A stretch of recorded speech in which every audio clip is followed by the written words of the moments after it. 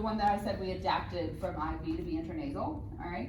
So it's an intranasal vial that comes with 3 different parts in your kit. So I said we can play with these later, but this is kind of what they look like. So your 3 parts that you would need are this kind of syringe. This is where the medicine is. This is kind of like a tube of medicine. These are a little bit bigger than the actual one. This is just water. This is a trainer. The actual real life one will be a little bit smaller than this. And then this is the nasal atomizer. Okay, this is what turns it into a mist. So in each one of these tubes, there's 2 milligrams of medicine. All right, so 2 milligrams and 2 milliliters. All right, so what you do to give this is you would assemble it, which I'll show you in a little while. And basically you give half in each nostril. Okay, so 1 ml in each nostril. It's not a big deal if you do more in one nostril, but basically our noses can really only hold about 1 ml max. So if you give more than 1 ml in a nostril, it's probably just gonna run out, all right? So when you give this, I usually say to point towards the ear. On the outside of the nose, there's a little bit more surface area to absorb the medicine, so I usually say if you're gonna give it, just point towards the ear. And like I said, the way you respond using this is you would give half in each nostril, and then wait for the person, see if they wake up. If they don't, you can repeat and give a second dose in about 2 to 5 minutes, all right? So each kit's gonna come with 2 of these, okay? So this is important to look at the quantity. You'll know why on the next slide, but so each kit has 2 syringes. Each syringe has 2 milligrams, so you have 4 milligrams of naloxone total in your kit. Does that make sense? Okay. So this is the newer intranasal formulation, and it is all one piece, which is really nice. So it looks just like this. Okay, this is the actual size of the naloxone device. In your kit, you would have 2 of these. There's no assembly required. It's a much smaller volume, so only 0.4 ml, so you can give this all in one nostril. So you basically just stick this in one nostril, deploy the plunger, and that's it. Okay, so a lot easier to use. And what's great about this is each one of these contains 4 milligrams. So basically you're getting double the amount of naloxone in this kit. Does that make sense? Because you get 2 of these. And that's important because a lot of the overdoses we're seeing now are caused by things like you've heard of fentanyl and carfentanil. And these are much more potent than some of the older things that people were using, like the prescription drugs and heroin even. So we're seeing that it takes more naloxone to reverse these overdoses. So I always recommend that people have the newer formulation, not only for ease of use, but also because you get more with your kit. This is the intramuscular vial. Like I said, I've never seen this out in practice, but just so you know, it comes in a vial that looks like that. To use it, you would pop off the orange cap. You would have a syringe in your kit, and you basically draw up 1 milliliter of medicine, which would be the whole vial, and then you would give it intramuscularly, like a flu shot in the arm or like in the leg, in the muscle, okay?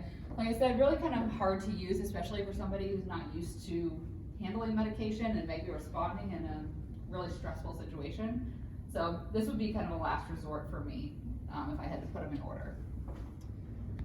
And then the FZO auto injector, it looks like this. I'm not gonna open it right now because it'll start talking to me. But basically these are really nice because they talk you through the process. So once you open it, it'll say, put it against the leg and hold down for 5 seconds.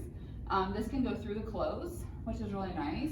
And for somebody who might be worried about assembling something, it might be nice to have this one just that'll talk you through it. Like I said, the cost is what prohibits this from being used. Last time I checked, it was a couple $1,000 cash price. I've seen it up to over $3,500. So very expensive, and most insurances are not going to cover this one. All right, so if an insurance is going to cover it, they're probably going to cover mostly this one, I would say, the newer intranasal formulation. Even though this is a little bit more expensive than the older intranasal, if you think about it, if you guys, any of you work in pharmacies out here, in here? Maybe a technician? Okay, so with the older version, you have to actually bill for the nasal atomizer in addition to the medicine. And a lot of insurance companies are not going to recognize the nasal atomizer as like an additional piece, so usually that's either like out of pocket. So it's harder to get the extra supplies covered. This being all one device is really nice, and most insurances I'm finding are covering this one most often, which is good. All right, so now we're gonna kind of go through this information. This is the required counseling information for a pharmacist, okay? So if you were dispensing naloxone in a community setting or in a clinic, and you were providing the education, you would have to go over all of this information and provide it in written form. That's part of the law, okay? So the Board of Pharmacy actually has some really nice pamphlets that you can give out that has all this information, but you also need to be prepared to talk about it with the patients. So we've already gone over a lot of the general naloxone information that's required to tell the patient. So its mechanism, so it works as an opioid antagonist or a blocker, right? So telling the patient how it works. Works pretty quick, within 2 to 5 minutes, okay? So we usually know if the person's gonna wake up within a few minutes. If they don't, we can give the second dose. Meanwhile, you've already called 911 and someone will be there soon to give more if needed, okay? It wears off, like I said, in 30 to 90 minutes, so really important to call 911. It only works on opioids, so if the person has an overdose that's caused by something else, naloxone will not revive them, but it won't hurt them. So it's important if you have somebody and you're not sure if they're overdosed or if something else is going on, give naloxone anyway, okay? So that's often the first thing when somebody arrives and someone's unresponsive at a scene now, they'll give naloxone because it's not gonna hurt them if they don't have opioids in the system. Does that make sense? And a lot of overdoses now are being caused by more than just opioids, so usually a combination of like opioids and benzos, things like that. And I just went over the last point. So you guys probably already know some of the risk factors for overdose, but let's just kind of briefly go over them. So obviously if we have somebody who's already on opioids, say for like chronic pain, cancer pain, or even if they're on medication-assisted treatment, that puts them at risk for an overdose, right? Because having opioids in the system is also going to depress respiration. So then we introduce, if we introduce another drug or an illicit drug, it puts them at higher risk for an overdose. Patients who are concurrently on benzodiazepine or using alcohol, the reason that this is a risk is because they both depress the central nervous system, right? So mixing these drugs can be really dangerous. People with a history of substance use disorder, like I said, substance use is a chronic relapsing disease of the brain. We expect relapse, okay? So at my clinic, we expect our patients to have several relapses, maybe. One of the biggest predictors of future overdose is previous overdose. So just thinking about that, if we have somebody with a substance use disorder, they are at risk even if they've been in recovery for a really long time. This is something that we kind of train our patients that they're gonna have to deal with or struggle with the rest of their life, probably, depending on if their environment changes, their social group changes. So it's important to kind of think about that. And then poor physical health. So if we think about things like poor kidney or liver function, so they might not be metabolizing medicines as quickly, or if they have a respiratory illness already, like some of our older patients with COPD or with asthma, this can also put you at risk for respiratory depression because they're both affecting respiration, obviously. We see a lot of the poor physical health with our older adults as kidneys and livers start to change, their function starts to change. We might have an older person who's taking chronic opioids for things like back pain or advanced cancer pain, and they also can be in poor physical health. So even if that person doesn't have a substance use disorder, I'm still gonna offer them Narcan, right? Because all it takes is maybe they forgot they took their dose and they take an extra one an hour later, right? And then they could put themselves in a situation where they could overdose.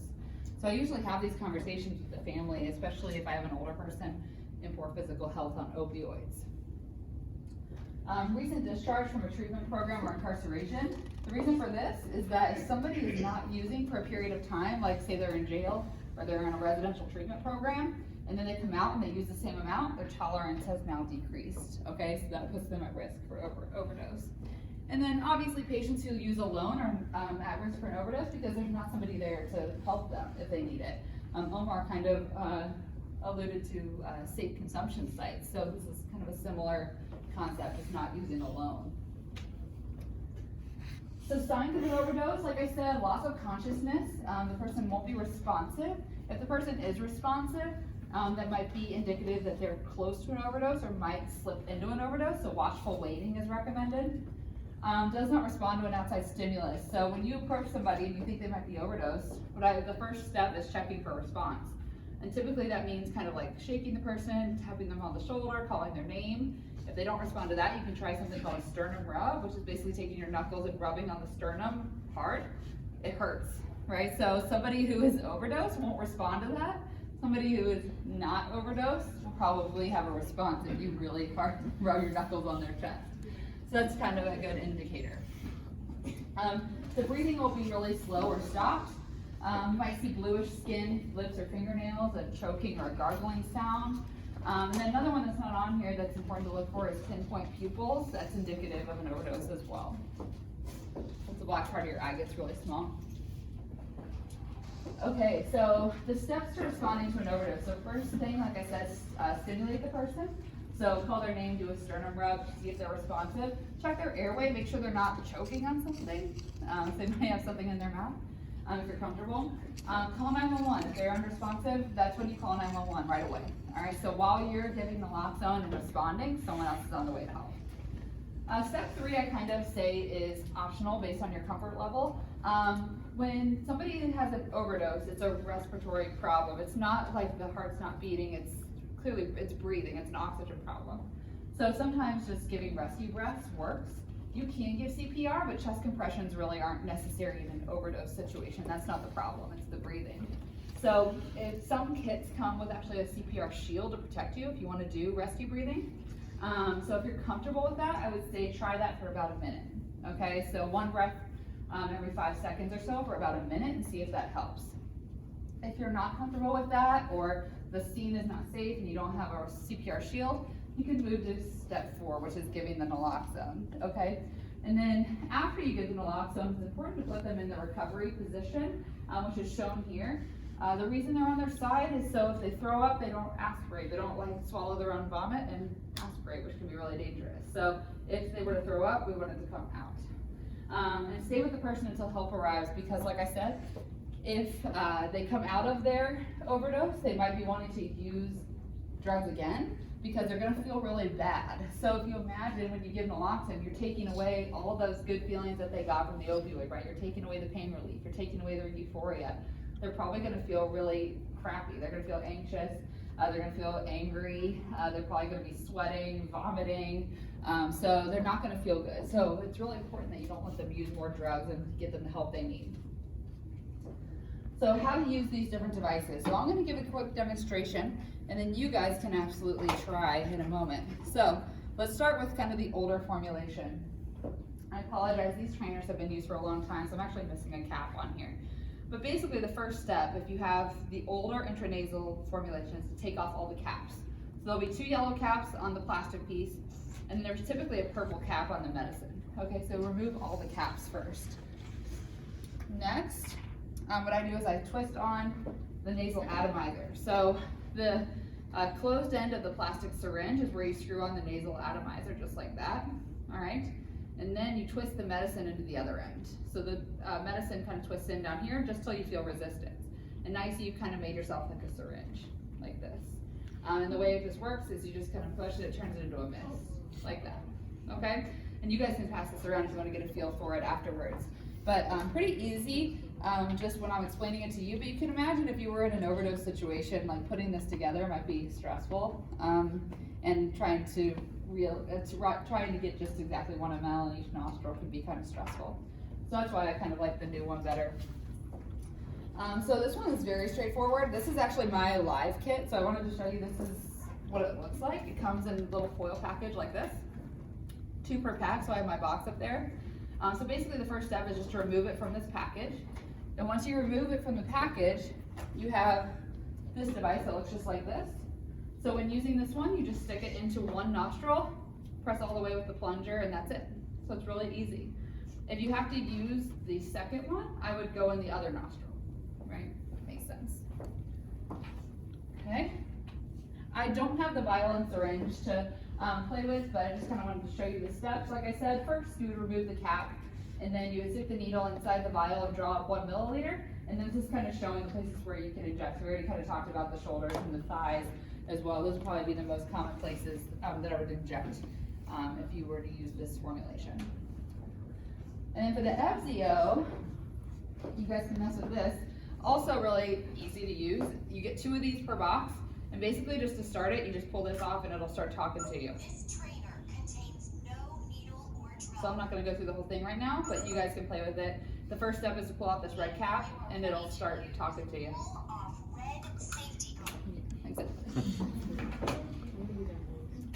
Like I said, that one is injected typically in the thigh. So you guys did like EpiPen training, probably injecting in the same place. You hold for about 5 seconds on the outer thigh. And like I said, it can go through clothes, which is really nice. Another thing you have to kind of talk about in your naloxone counseling is where to refer to get help if they would like that.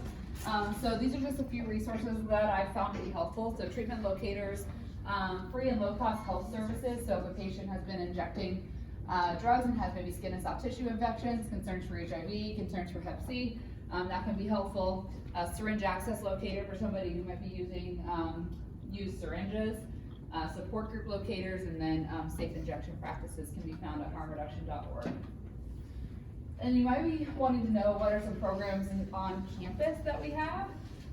So Student Life has a lot of different programs. I've worked pretty closely with the collegiate recovery community, which is really helpful. So they're doing a lot of great things. And then we also have several other services that we talked about, HIV, STI training or testing, wellness ambassadors, alcohol and other drug prevention services, etc. So this is kind of showing some services through the Student Wellness Center. Okay, so I want to give you guys a chance before we leave today to kind of try out these trainers. So I'm going to pass